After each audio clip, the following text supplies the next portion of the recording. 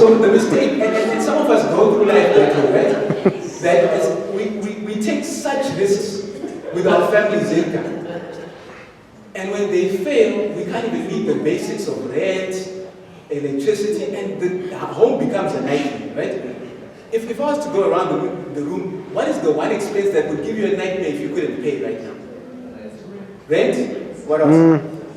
Rates? What else? Water? Electricity. Telephone? What else? Food. Yes, Food, right? If you can't eat, guys, no. Yes? Even feed the city can't come to you. So, financial security is, but how many times when we are investing or thinking about an idea, thinking it's going to work, we don't think about this rent, we don't think about this food or these utilities that are essential. Like surely we take rent money and buy sex, right? We buy my sex tissues, I'm going to touch us, and I'm make enough money that in a week I'll have enough money for rent money, right? So we take these risks with things that you should never be taking risks, right? And that's where financial security is. Financial security is not that glamorous thing that you go around with the bar and tell us, hey, I'm financially secure. No one smiles at the guy who's financially secure. Because you know what happens to the guy who's financially secure? He's got a higher probability of to achieving financial freedom. Because how many of us know, they say never make a deal on a hungry stomach? You know why? Because when you think that your stomach is going to give away, stuff it is solved. And when you wake up, you're going to be like, it was a bit right. That soup was not worth it,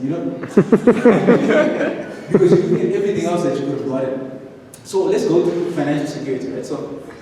So this is where we start to get into. So we've got about 20, what is it, we've got about 24 minutes to finish. So we're going to do it within 24 minutes. So there are three sort of assets. So this is where we introduce asset allocation. So asset allocation is where you get to that point where you're investing across three, in this case, about three different buckets, right? And those three different buckets are what stabilize you, what help you grow to become financially stable, and what allows you to be able to pursue your dreams, right? So if you have a dream and dreams, so let's talk about financial security. So financial security is those things that if you covered, would eliminate some of the worry from, like some of those significant worries that you don't want to have. So it's how do we cover the basic or foundational expenses, okay, in your life, so that you make sure that you can actually have the freedom to think you've got clarity of mind because your rent is covered and all these essential things. Your kids are in school if you've got kids, or you're in school if you're in school, so that you can begin to think about it. Because the only way you get to financial independence, or you get to a point where you can feel financially wealthy. How many of us? Sorry, I made an assumption. How many of us want to be financially wealthy in this room by show of hands?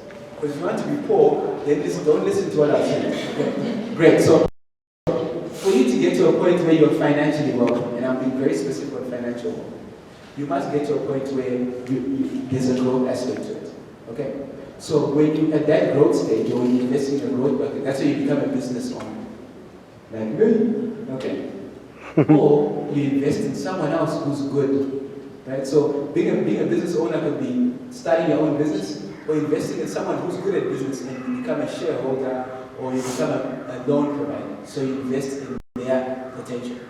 And that's where you get to a point where the growth, you're getting returns that are high enough for you to begin to actually say we are saving and we are able to buy these houses or to go on these holidays. So bucket number 2 is what gets you to bucket number 3. So your dreams are stuff like, hey, I want to have a second home, I want to own a yacht like my wife, I want to be able to travel and not think about it. You know what I'm saying? You want to be able to buy the brands that have names on them and not be looking at, which one is 10 cents cheaper like some of us are still doing at this moment in time. Right? So, how many of these three, right? Which one would you naturally, which one do you think we naturally spend money on first? Sorry. Thanks. Sorry about that, guys. So of these three, financial security, your growth, and your dreams, where do you want to usually put money in first? Where do you spend your money on first? Dreams. Number 3. Number 3, right? Then which one? 2. Then number 2. And then number? 1. Right? Because it's nice to invest in dreams, right?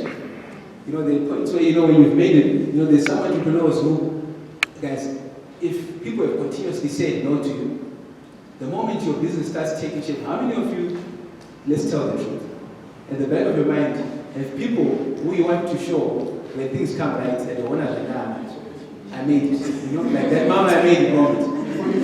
Before you finish, right? And that can be in the form of buying a nice BMW, Mercedes, all of which you can't afford at the time you do it, right?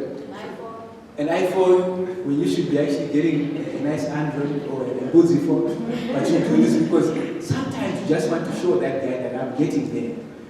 By showing them that you've got there when you haven't got there, right? Okay.